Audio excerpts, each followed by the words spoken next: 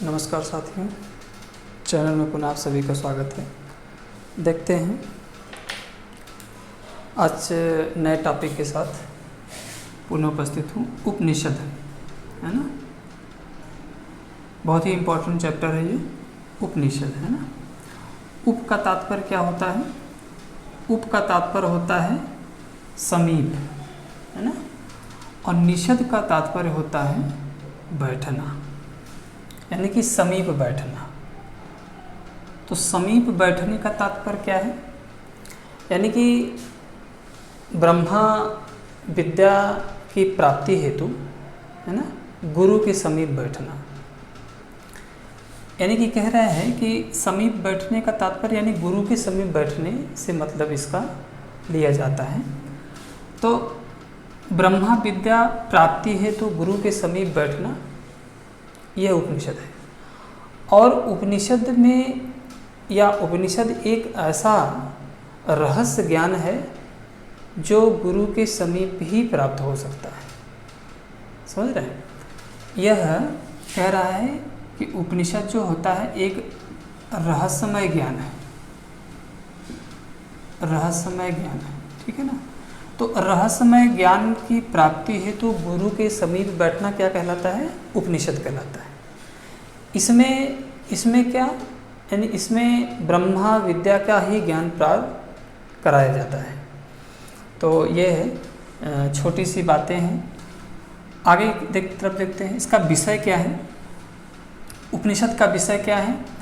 आत्मा का ज्ञान हो, परमात्मा का ज्ञान हो और संसार के संबंध में दार्शनिक और आध्यात्मिक ज्ञान प्राप्त करना, यह उपनिषद का विषय है।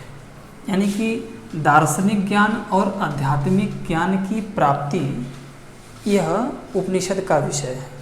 तो आत्मा परमात्मा का ज्ञान हो और संसार का ज्ञान हो और ऐसा ज्ञान हो जो दार्शनिक और आध्यात्मिक हो, यह उपनिषद का विषय है, ठीक है ना। आगे की तरफ देखते हैं। उपनिषद जो है यह वैदिक साहित्य का अंतिम भाग है। बहुत इम्पॉर्टेंट है, ये प्रश्न कई बार परीक्षा में आ चुका है। उपनिषद क्या है? यह वैदिक साहित्य का अंतिम भाग है। तो वैदिक साहित्य के अंतिम भाग होने के कारण इसे क्या कहा जाता है? वेदांत कहा जाता है, यानी कि वेदों का अंत, है ना, वेदांत। तो उपनिषद वैदिक साहित्य का अंतिम भाग होने के कारण इसका नाम वेदांत भी कहा जाता है, यानी उपनिषद को वेदांत के नाम से भी जाना जाता है, ठीक है ना। बहुत इंपॉर्टेंट है, यह प्रश्न कई बार एग्जाम में आ चुका है। चलिए, रचना कब इसकी हुई उपनिषद की? तो 800 से लेकर के 500 ईसा पूर्व में इसकी रचना की गई थी, ठीक है ना। उपनिषद की रचना कब हुई है? 800 से लेकर के 500 ईसा पूर्व में हुई है। कुल जो उपनिषदों की संख्या है वह है 108 उपनिषद है, यानी कि वर्तमान समय में 108 उपनिषद हैं। लेकिन 108 उपनिषदों की जानकारी नहीं मिल पाती और 108 उपनिषदों में 10 उपनिषद जो हैं प्रमाणित माने गए हैं, ठीक है ना। प्रमाणित जो माने गए हैं वह 10 उपनिषद हैं। तो प्रमुख और प्रमाणित जो उपनिषद हैं, तो उसमें प्रमाणित या प्रमुख जो उपनिषद हैं, पहला है ईश। ध्यान से देखिए, प्रमुख और प्रमाणित उपनिषद। कभी कभी केवल इस तरह पूछ देता है कि निम्नलिखित में से कौन सा प्रमाणित उपनिषद है ना। तो प्रमाणित या प्रमुख उपनिषदों में ईश, केन, कठ, मांडुक्य, है ना, तैतरेयी, ऐतरेय, छांदोग्य, है ना, श्वेताश्वर, है ना, या श्वेताश्वतर भी कहा जा सकता है, बृहदारण्यक है, ठीक है ना, और मांडुक्य है, प्रश्न है, और प्रश्न है। लगभग कितने हो गए? 1 2 3 4 5 6 7 8 9 और 10। हाँ देखिए, एक बार पुनः मैं दोहरा देता हूँ। जो प्रमाणित उपनिषद 10 से इनकी संख्या, जो प्रमुख भी हैं प्रमाणित भी हैं। पहला है ईश, केन, कठ, मांडुक्य, है ना, तैतरेयी, ऐतरेय, छांदोग्य, है ना। छांदोग्य के बाद जो है बृहदारण्यक, है ना, और मुंडक और प्रश्न, ठीक है ना। यह 10 जो है आपके प्रमाणित और प्रमुख उपनिषद हैं, ठीक है ना। इसके साथ साथ देखेंगे तो कुछ उपनिषद गद्य में लिखे गए हैं और कुछ उपनिषद पद्य में लिखे गए हैं। ये भी प्रश्न बहुत गूढ़ है और ख़ासकर ये सिविल सर्विसेज के परीक्षाओं में आ जाता है कि जो उपनिषद गद्य और पद्य में लिखे गए हैं, उसके लिए मैं बता रहा हूँ कि जो पद्य में लिखे गए हैं, ठीक है ना, जो उपनिषद पद्य में लिखे गए हैं, देखिए ईश, केन, कठ, है ना, कठ के बाद श्वेताश्वर, है ना, यह है। यानी कि देखिए 1 2 3 4, है ना, 4 उपनिषद ऐसे हैं जो पद्य में लिखे गए हैं। इनमें से 4 उपनिषद पद्य में लिखे गए हैं। कौन कौन से हैं? ईश, केन, कठ और श्वेताश्वर। यानी कि यह 4 जो है पद्य में लिखे गए। अन्य सभी उपनिषद जो है गद्य में लिखे गए हैं। इतना एक सीक्वेंस जान लीजिए। आपको इतना अगर एक सीक्वेंस बना लीजिए, ये याद करने रखने की ज़रूरत नहीं है कि ईश, केन, कठ, ईश, केन, कठ और श्वेताश्वर, यह पद्य में लिखे गए उपनिषद हैं और सभी उपनिषद जो है गद्य में लिखे गए हैं। ये याद करने की, गद्य में याद करने की ज़रूरत नहीं है। पद्य को जानते रहेंगे तो गद्य को लगा ले जाएंगे, ठीक है ना। ऐसा पूछ देता है कि निम्नलिखित में से कौन सा उपनिषद गद्य में लिखा गया या पद्य में लिखा गया, तो ये प्रश्न है। आपको अगर पद्य का जो एक कॉन्फिडेंस है या एक तरह से पद्य के विषय में आप जानते रहेंगे तो गद्य को लगा ले जाएंगे। इसके साथ साथ कुछ उपनिषद ऐसे हैं जो ऋग्वेद के भाग हैं, कुछ ऐसे हैं जो सामवेद के भाग हैं, कुछ यजुर्वेद के भाग हैं और कुछ अथर्ववेद के भाग हैं, ठीक है ना। तो इसमें सबसे पहले हम देखते हैं कि कौन सा, है ना, कौन सा उपनिषद वह आपका ऋग्वेद का भाग है, ठीक है ना। तो इसमें देखते हैं, देखिए ऐतरेय उपनिषद, है ना। ऐतरेय उपनिषद जो है यह ऋग्वेद का उपनिषद है। बहुत ही इम्पोर्टेंट है, ये प्रश्न कई बार आया है। तो ऐतरेय उपनिषद जो है ऋग्वेद का भाग है और इसमें से ऋग्वेद का कोई उपनिषद नहीं है, ठीक। चलिए अब आ जाते हैं कि सामवेद का कौन सा उपनिषद है। तो सामवेद के जो उपनिषद हैं, केनोपनिषद, है ना, केनोपनिषद यह सामवेद का है। बहुत इंपॉर्टेंट चैप्टर है। केनोपनिषद यह सामवेद का भाग है और आगे छांदोग्य उपनिषद यह भी सामवेद का भाग है। साथ ही साथ यानी कि केनोपनिषद, छंदोग्य उपनिषद और एक है वास्कल उपनिषद, है ना। वास्कल उपनिषद जो है यह भी सामवेद का भाग है। यानी सामवेद के उपनिषदों के भागों में, यानी सामवेद में 3 उपनिषद उसके भाग हैं। कौन कौन सा? एक वास्कल उपनिषद और एक केनोपनिषद, एक छांदोग्य उपनिषद। यह है सामवेद का भाग, ठीक है ना।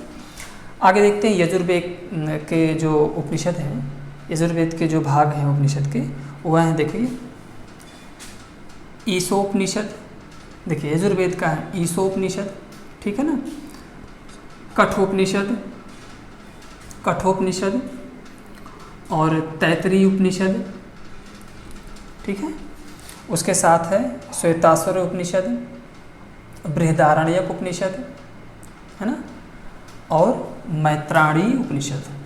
मैत्राणी उपनिषद यह जो किसके हैं? यह यजुर्वेद के भाग हैं। देखिए यजुर्वेद के जो उपनिषद हैं उनकी संख्या है 1, 2, 3, 4, 5 और 6। 6 जो है यह यजुर्वेद के उपनिषद हैं, ठीक है ना। आगे देखते हैं अंतिम अथर्ववेद के उपनिषदों की संख्या देखते हैं, या अथर्ववेद के कौन कौन से उपनिषद हैं। तो अथर्ववेद के देखिए मांडुक्य उपनिषद, मांडुक्य उपनिषद जो है यह अथर्ववेद का भाग है, ठीक।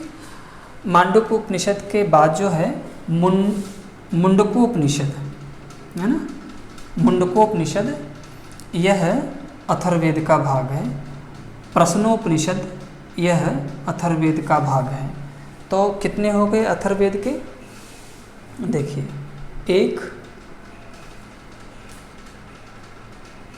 2 और 3 जो है उपनिषद यह किसके भाग हैं, अथर्ववेद के भाग हैं, ठीक है। आगे की तरफ चलते हैं। भारत का प्रसिद्ध राष्ट्रीय आदर्श वाक्य, जैसा कि जानते हैं छोटी कक्षाओं से भी आप पढ़ते आ रहे हैं, बहुत इंपॉर्टेंट है ये, वनडे कंपटीशन में हमेशा बना रहता है। भारत का जो प्रसिद्ध राष्ट्रीय आदर्श वाक्य है जिसे आप कहते हैं सत्यमेव जयते, यानी कि सत्य का हमेशा विजय होती है, सत्य की हमेशा जीत होती है। तो सत्यमेव जयते, तो सत्यमेव जयते जो ये राष्ट्रीय आदर्श वाक्य है भारत का, यह मुंडकोपनिषद से लिया गया है, ठीक है ना। तो अभी मुंडकोपनिषद बताया आपको कि वह अथर्ववेद का भाग है, ठीक है। और मुंडकोपनिषद में ही यानी जो अथर्ववेद का भाग है, एक वाक्य उसमें और कही गई है। क्या कही गई है, मुंडकोपनिषद में ही यह बात कही गई है, यज्ञ की तुलना फूटी नाव से की गई है ना। यानी यज्ञ की तुलना फूटी नाव से की गई है। यह विषय किसमें दिया गया है, मुंडकोपनिषद में दिया गया है। बहुत ही इम्पोर्टेंट है, इस तरह से प्रश्न कई बार परीक्षाओं में आपके पूछ चुका है।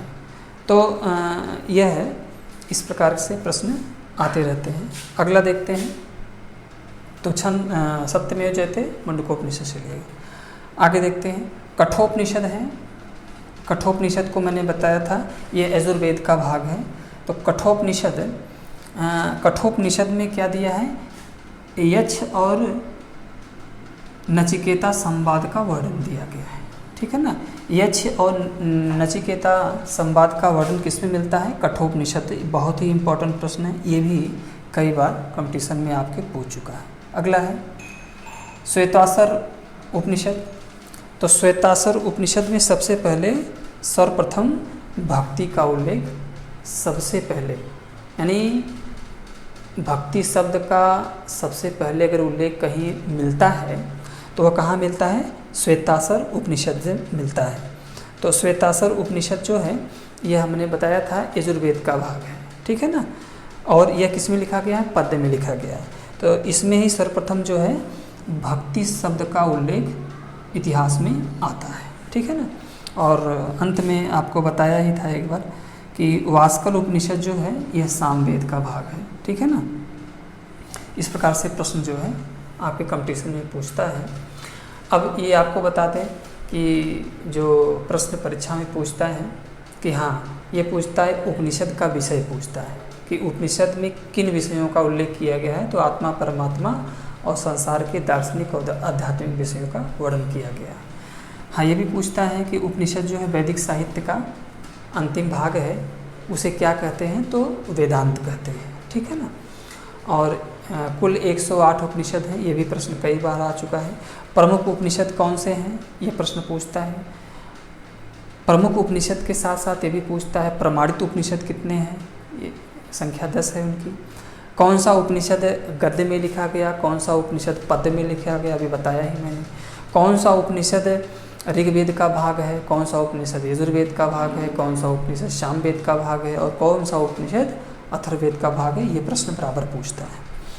भारत का प्रसिद्ध राष्ट्रीय आदर्श वाक्य जो सत्यमेव जयते आपको बताया मुंडकोपनिषद से लिया गया है। और मुंडकोपनिषद में ही यज्ञ की तुलना फूटी नाव से की गई है, ये भी प्रश्न कभी कभी आ जाता है।